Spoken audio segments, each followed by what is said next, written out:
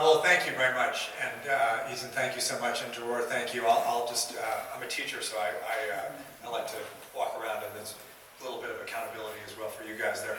I am so honored to be here because I am an admirer of Velocity Networks, a great admirer of everything that your company is doing and that the whole network is doing, and I'll explain a little bit why, but I should start by saying that I am not a technologist.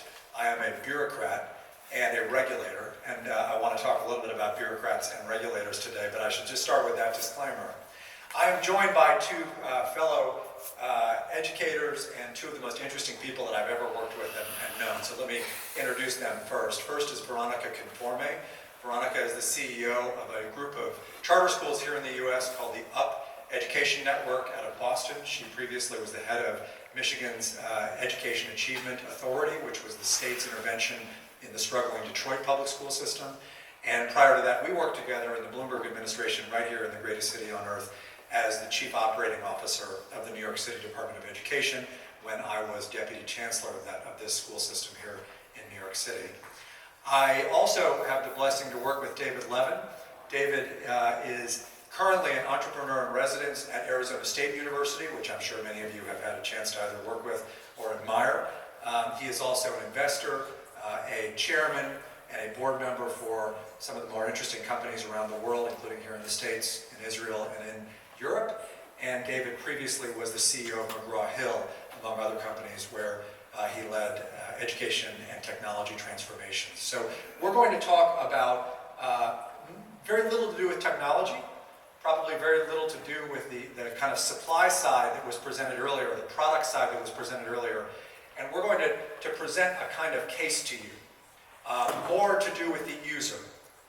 And in presenting the case, I want to make a specific or lay out a specific vision to you that you may find relevant to your work or you may not, but I hope you at least find compelling and interesting, which is that I believe that distributed ledger technology in my industry, the industry of elementary and secondary education in the US and around the world, and in virtually every other industry that I would call a public sector or publicly regulated utility, transportation, healthcare, energy, that in all of those industries, distributed ledger technology will not just be a labor market solution, B2C and B2B, but will actually serve as the regulatory infrastructure for bureaucrats like me to use to bring it to scale, to assure that in those environments where the labor market is regulated through the credentialing series, where we literally enforce a discipline of who can play in the labor market through the regulatory apparatus, that what you do and what you work on every day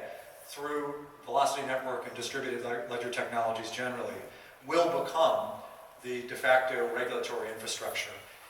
I want to get there by describing how that regulatory infrastructure works today, why it is hurting the children in the United States, why it is strangling the teacher profession in the United States and really around the world, and Marty, you touched on this a little bit earlier. And then to ask David and Veronica to lay out from the credentialing innovation side in our business and from the very, very on-the-ground guts of the system perspective in our business, what is the experience today, and is there actually a use case in public education that demonstrates my hypothesis, which is that someday distributed ledger technology, hosting and certificates, validating credentials will actually be the de facto regulatory apparatus for agencies like the ones that I've headed over my career. So let me take a step back.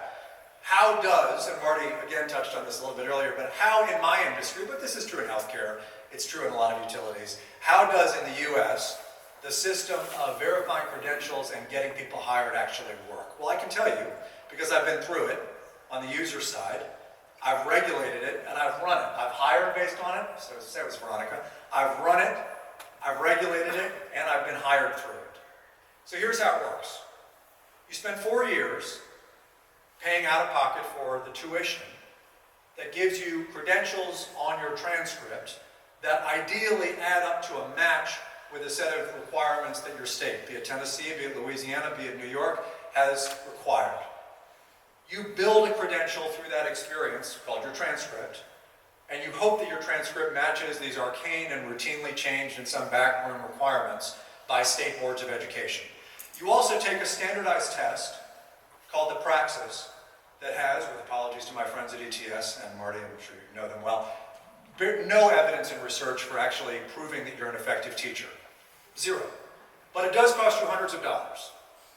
You then get to take that, and when you decide to become a teacher, you get to take this transcript that your university has verified and this test score that the ETS has verified and send them to Albany, New York, or Baton Rouge, Louisiana, or Nashville, Tennessee, or wherever your state capital is. And there is some little old guy, and I know, by the way, because he used to work for me, in the corner of a building. His name is Barbara, actually. He's not a guy, but anyways. In the corner of a building, who either through a web-based solution or literally through the mail, receives your check because his job is literally, this is true in all 50 states, paid for by the prospective candidate. Think about that. And he then verifies by hand, manually, that in fact the credential that you've sent in is real, and that you are who you say you are, and you did in fact get a passing score according to your state's requirements on that test, and your transcript actually does match whatever requirements the State Board of Education passed. It takes months. And all while this is happening, the school systems that, by the way, this is for the lowest wage workers in our entire industry, and the ones who we're going to have to beg to retain over the course of 30 years to stay in our industry. But putting that aside, there is a principal in a school building somewhere out there, and Veronica and I used to manage them, who's sitting there waiting for Barbara to actually make a call on whether or not this person is legally allowed to work. And it all, by the way, happens in July.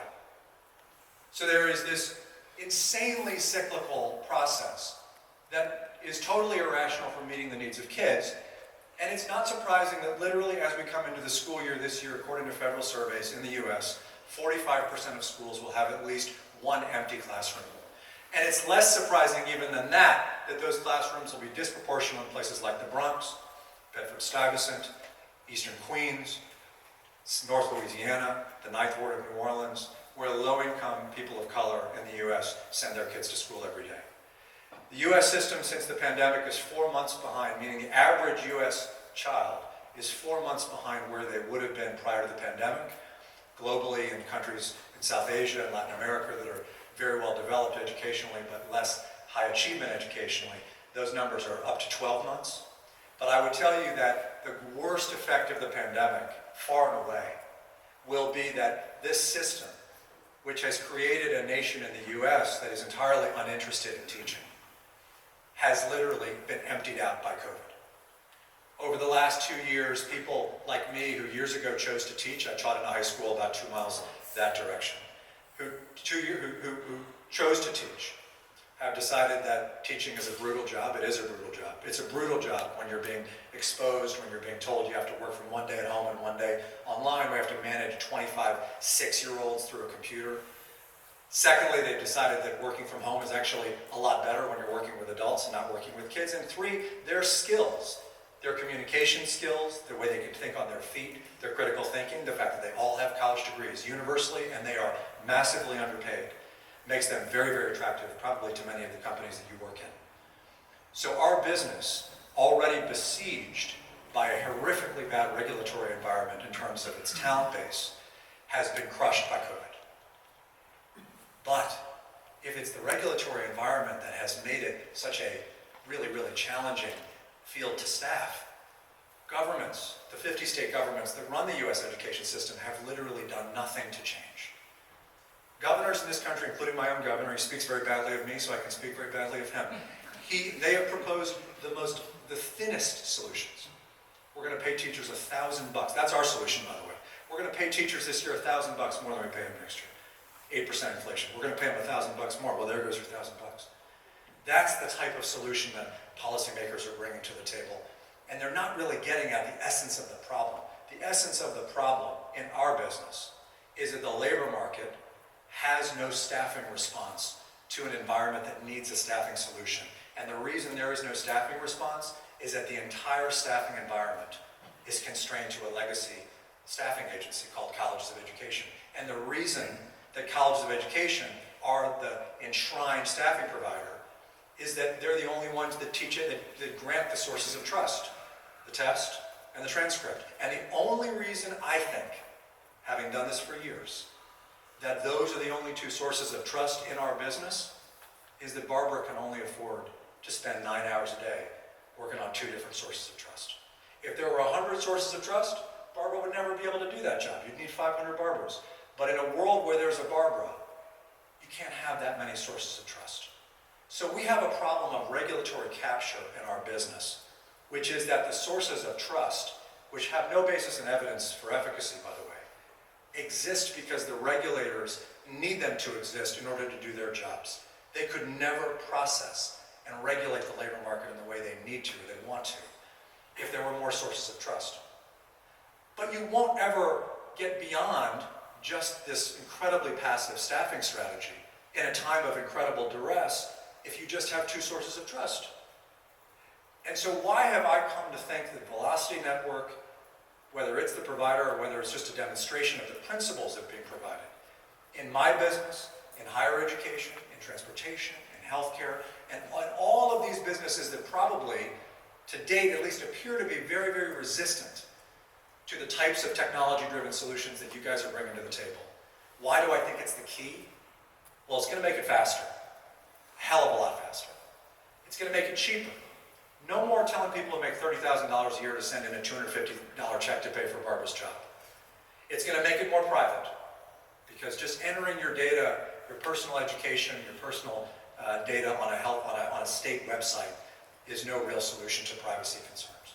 But most of all,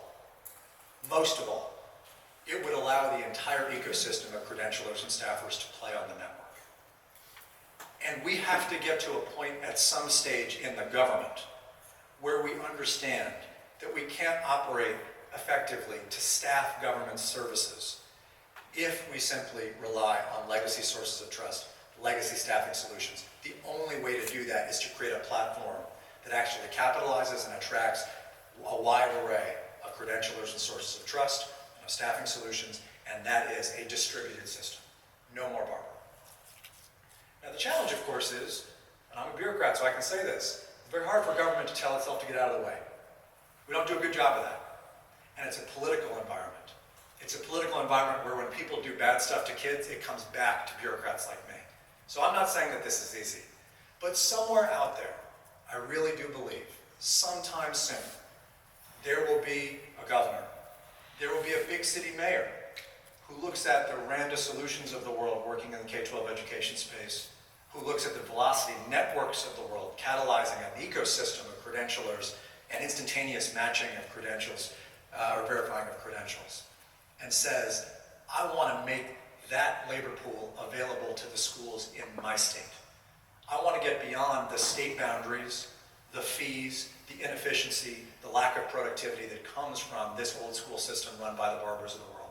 And when they do that, they will have the most competitive public schools in the world, because they will have actually opened up the talent pool and address the real user experience of trying to become a teacher in the US, which is that it takes forever, it's expensive, and it's easier just to go somewhere else. So I want to make the case to you that that actually is, I think, the future. I have no sense of whether you have an interest in the future. I'm not here to pitch a product or to share a story with you about a product. But as an user, I hope someday that what you do will evolve to a point where I, who oversaw 1,500 schools, or we, who managed a system of 1.1 million kids, actually could see through to a time when we take ourselves out of that equation, when principals who hire locally instantaneously match credentials from a wide array of proven credentials, and then we get rid of this old-fashioned way of staffing the schools of the US and frankly the schools of the world. Now, let me share the perspectives of a couple of innovators and a couple of people that I am interested in hearing from. They're going to speak to kind of a little bit just the two sides of this, because I think there is a real viable question of like, where is the ecosystem in our business right now? It's not remotely where I'm describing it to be. So David, I'm going to turn to you first. And I think first I'd just like your kind of general impressions of the credentialing ecosystem you work currently at, what is without question the most avant-garde university in the country, if not in the world, on the issue of micro-credentialing. Would love to hear your reflections on the credentialing ecosystem and anything else in response to what I've said. Well, I think the first response, John, is amazing, and I think a number of people here would like a round of applause for you on that.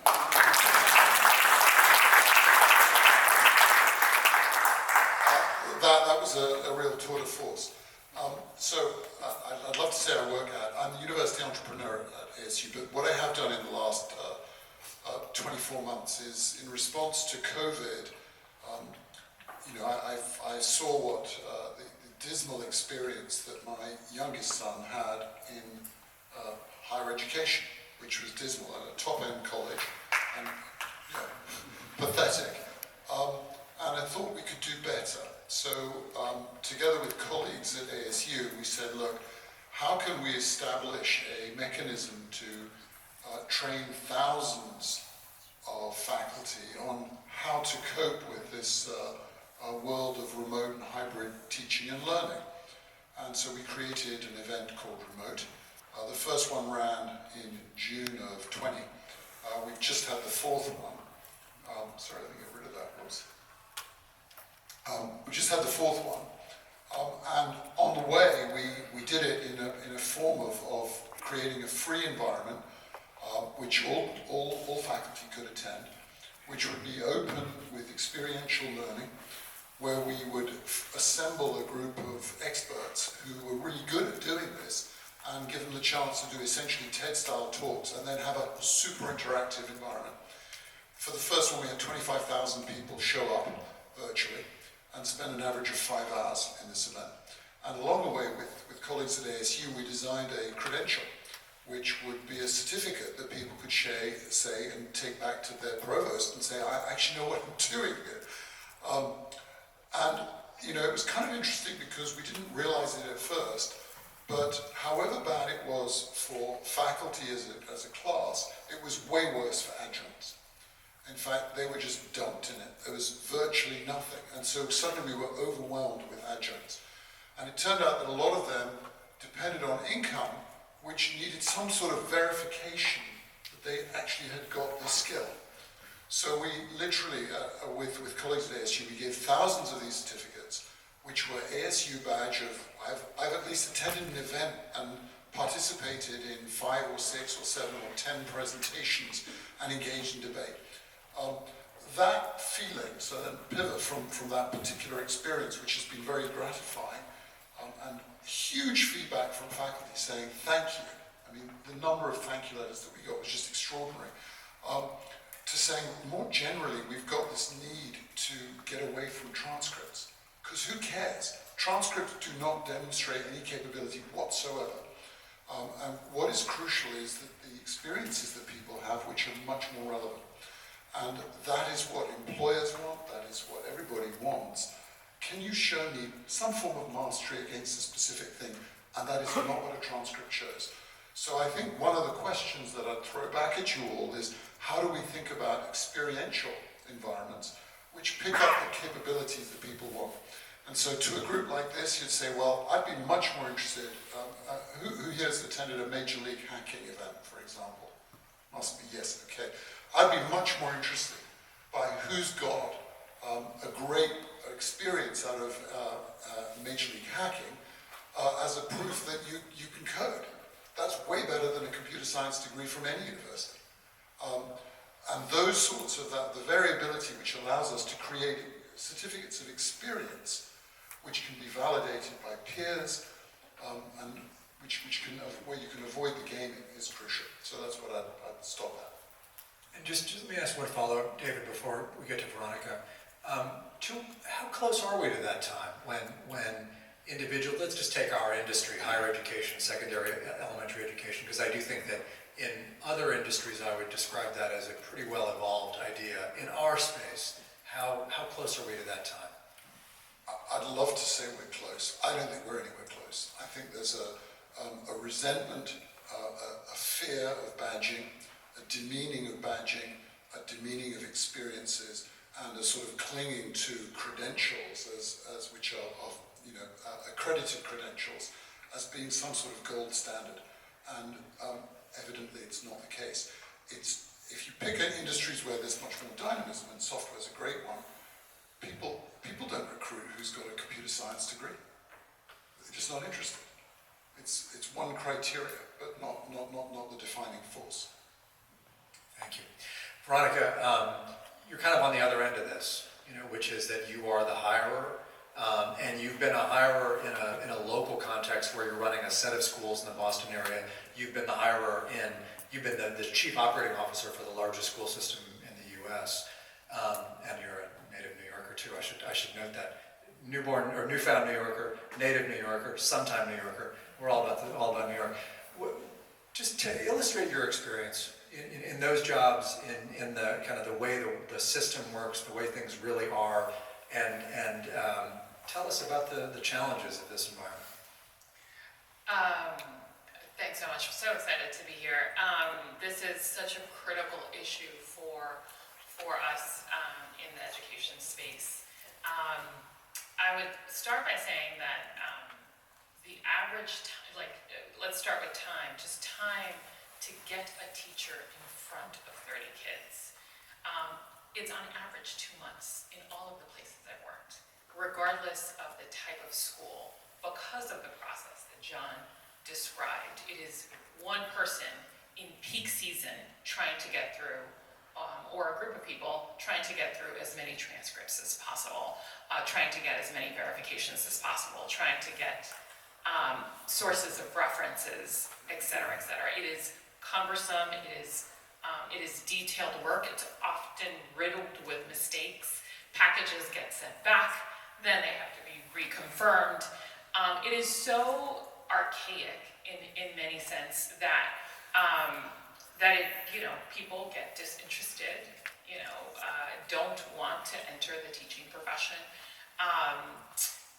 really find serious obstacles to that. And there's an equity issue embedded in that too. Those who can wait for a paycheck for 2 to 3 months, and those who cannot. And so we have, it is a serious barrier to entry into what you laid out was exactly right, an industry where people are exiting in droves, and we are in desperate need of being able to fill those jobs as quickly as possible. I'll give you one specific example. A district that I work with as part of the Education Network stops hiring in April because of the cost associated and the time investment that it takes to credential the person. So literally, they are making a decision that for a quarter of the year, of the academic year, they will not have a teacher in front of kids because this is too burdensome, it takes too much time, it takes too much cost, and they just refuse to do it. And so you can imagine the devastating educational impact on kids. So I wanted to just second what you're saying, but also, it is, for teachers, for administrators, for principals who I manage, it is a big source of pain point, and something that we really have to find better solutions, and I'm hoping blockchain technology is that. But I will posit that it is not only about teachers, it is also about students, and I'll give you an example of that. In 2007, I was part of New York City Public Schools, and we invested $67 million in a database. It was what people did. A database that tracked information about 200,000 kids, students with disabilities. What we needed were about 3 things. We needed a system that allowed us to track information about the programming that kids were getting and the specific types of education that they needed in order to be in compliance with what they individually were mandated to get. We needed information that was healthcare related so that we could bill Medicaid. Presumably we were going to get this money back because the system was built for that. We needed it to be secure and safe. And we needed a system where about 100,000 teachers could enter in information, extract information as necessary, sort of unique to their profiles. And finally, as a hope, we were hoping that this information would allow parents and students to actually track, how students are progressing and whether they're getting the services they need, but also achieving the goals that they set out. It accomplished, at best, 25% of things. It was an abysmal failure in a system. 4 years later, another RFP was issued for $47 million to build a new system.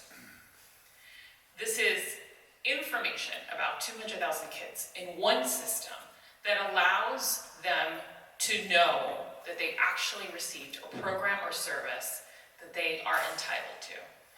And eventually, build on that. So for the most vulnerable kids in a city, times that by all the districts that do this. And the company that built the database for us in New York had built it in Chicago, had built it in other places. The point of this is, I think blockchain technology has the ability to empower families and students themselves in a way that we haven't even thought about. And I think that component of empowerment, the right to know what kids actually received, how they got the programming, and whether they met their goals is the future of education. And I'm excited about that future because I think that is about equity and it is about empowerment in a way that we haven't seen in public education in the past. Yeah, no, I agree. I mean, I think in our business, there is a very hierarchical feel to every dimension of our business. And the notion that we would get a little bit out from under this feel that I'm constantly looking upward toward the state for the permission to do the next thing, I think could be very, very powerful in our field. Let me ask, because I know we're short on time, we've got about 6 minutes left in our session. Everything we're describing sounds great. So from the speed of it, from the application to different use cases, from the ability to actually start recognizing real world skills, what would it take, and David, you gave a higher ed use case that's really just as applicable in elementary and secondary. Veronica, you spoke to the staffing dimension of it. I talked about kind of the global system of the labor market regulators. What would it take, though, to do that? I mean, you live with university presidents and some commercial players, David. We work with elementary and secondary superintendents and school boards and districts. I mean, what would it take to actually get to a place where it is not that wallets for teachers, the systems that host them, credential verification, honoring credentials in any structured way, is the norm rather than the exception? I think one of the intriguing things about the tight labor market that we've got now is that Veronica just pointed to this ridiculous delay, and every one of us who's flown through an airport is experiencing another manifestation of the same problem. You couldn't get the people through security clearance in time. So I think that this period of constrained labor availability is making people think. The world of software has had that for a long time, and that's the reason the innovations happen there. And I think there'll be a lot of innovation wherever there are constraints. So people are being more creative about how do you qualify for trucking, because we need truck drivers, and there are good jobs and there's needs. So I think that the market is responding in that way. And I think that's creating opportunities for entrepreneurs to say, where are there pinch points in the labor market where I can unlock something? I think we need big examples of it working to move more governments in this direction to the regulatory, bureaucrats don't like to change. They like the systems the way they are, feel safe and secure. They're generally mistrustful of new innovations. And so I would say I think smaller examples of some of the stuff that I saw happening earlier is good. But you need you need a partnership with some big states that say, we're gonna go all in, and various partners between public and private partnerships that could set an example, and then it becomes the way of moving in this direction. Yeah, it's interesting from what you both say. I mean, I do think there's clearly a vision and leadership aspect to this. I mean, there's a reason why these systems aren't moving. I think part of is the people at the top are either not yet interested, not yet seeing the opportunity you described, David, or they're fearful in some regard of changing. I do think that we shouldn't undersell, for example, the fact that in our field, somebody doesn't have a background check, or the background check isn't properly transmitted, and then that person does something. You're talking about an industry of 6 million workers, by the way. So one of them blows up someone's entire career, not just endangers the welfare of a kid, blows up many people's careers. So there is a fear, I think, built into change. It also strikes me that large-scale data systems are when politicians get in trouble, and as you noted, or some of ours did. And I think that's scary in a way too. But this notion of there being case studies to point to feels critical. And I think, David, you're right. The politics, you have to imagine, will align around it some point soon as things get tighter and tighter. I also think the question of what is risk, because you've described that personal risk that an educator faces if a bad person comes into the system. That's a direct reputational hit. The other way around, however, is all of those unfilled positions damaging thousands and thousands and thousands of children for very long periods. No accountability for that. That's right. Yeah, and I do think, and we can close in a second. I do think when you look at Virginia, whatever your politics, the governor of Virginia is in that office right now, and he's a presidential candidate. It looks like for one reason and one reason only: parents' disenchantment with a public school system that did not meet their needs. That's been a long time since you could say that. I think on the right and on the left, there's a vision of that that's related to this very issue. My kid doesn't have a reliable teacher showing up every day. And it's not just education. And the crisis is going to get worse. I mean, we saw it throughout the pandemic. We saw teachers resigning in droves because very much of what you said earlier. There are options for them. They're well educated. They can communicate. They can work on projects, and they're being hired in all sorts of places. And it has been a struggle and will continue to be a struggle to fill teaching roles. And this is just I would say one of the major barriers. Yeah, and I should note, by the way, we've talked in terms of teachers. Think about this. In the year that I was born, 1975, there were 200,000 teachers that were graduated from colleges of education in the U.S. Before the pandemic, in 2018, there were 90,000. Think about that. I mean, that is a serious shift that has been unaccounted for. All the while that's happened, the public sector has grown its investment in public education. There's 1 million more jobs in the field today than there were then too. You can think that good or bad, but it is without question there is a strain there. And you mentioned, Ethan, my work in healthcare. I mean, it's happening. It's the same thing. So for phlebotomists and surgical technicians, pharma technicians, licensed practical nurses, sub-bachelor's roles are feeling the exact same strain, and we see that, of course, during healthcare crises as well. I think the call that I make in light of this discussion today is not to say that there is a ready-made client out there. I think these are hard institutions to work with, or a ready-made product out there, as promising as I think as Randa and so many other that have been discussed today are. It's to say that at some point, the world just must evolve in this direction. And I think we share a hope that in public service industries, education in particular, but also healthcare and other public services, public safety, and et cetera, that those who are thinking about creative solutions, who are pushing the edge and thinking about the way a regulated system could be better regulated, will help the regulators with a better vision. And we'll see that these public service industries, hard as they are to work with, are first of all enormous. There are massive opportunities in working with them if you can figure out a way to work with them, but also that they are world changing. And when they behave in better and different ways, it changes hundreds and hundreds of millions of lives for the better. To the Velocity Network, on behalf of my co-presenters here today, Dror in particular, Ethan, thank you. Thank you so much for the chance, and to all of you for all the work that you do. Thanks for the chance to hear from some non-technologists this afternoon. Thanks so much. Thank you very, very much. I found that incredibly enlightening, even if sometimes depressing.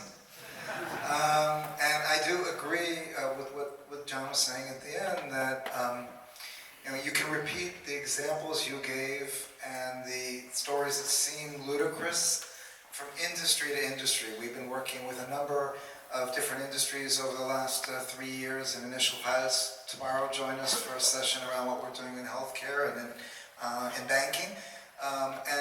As much as it sounds like education has a long way to go, you'll find that in industry after industry with some of the same challenges. And so I think, thank you for sharing that, but just explain, change teacher with driver, engineer, healthcare provider, and change school with employer, company, and so on, and we have those challenges over and over again. That was enlightening. Thank you for sharing.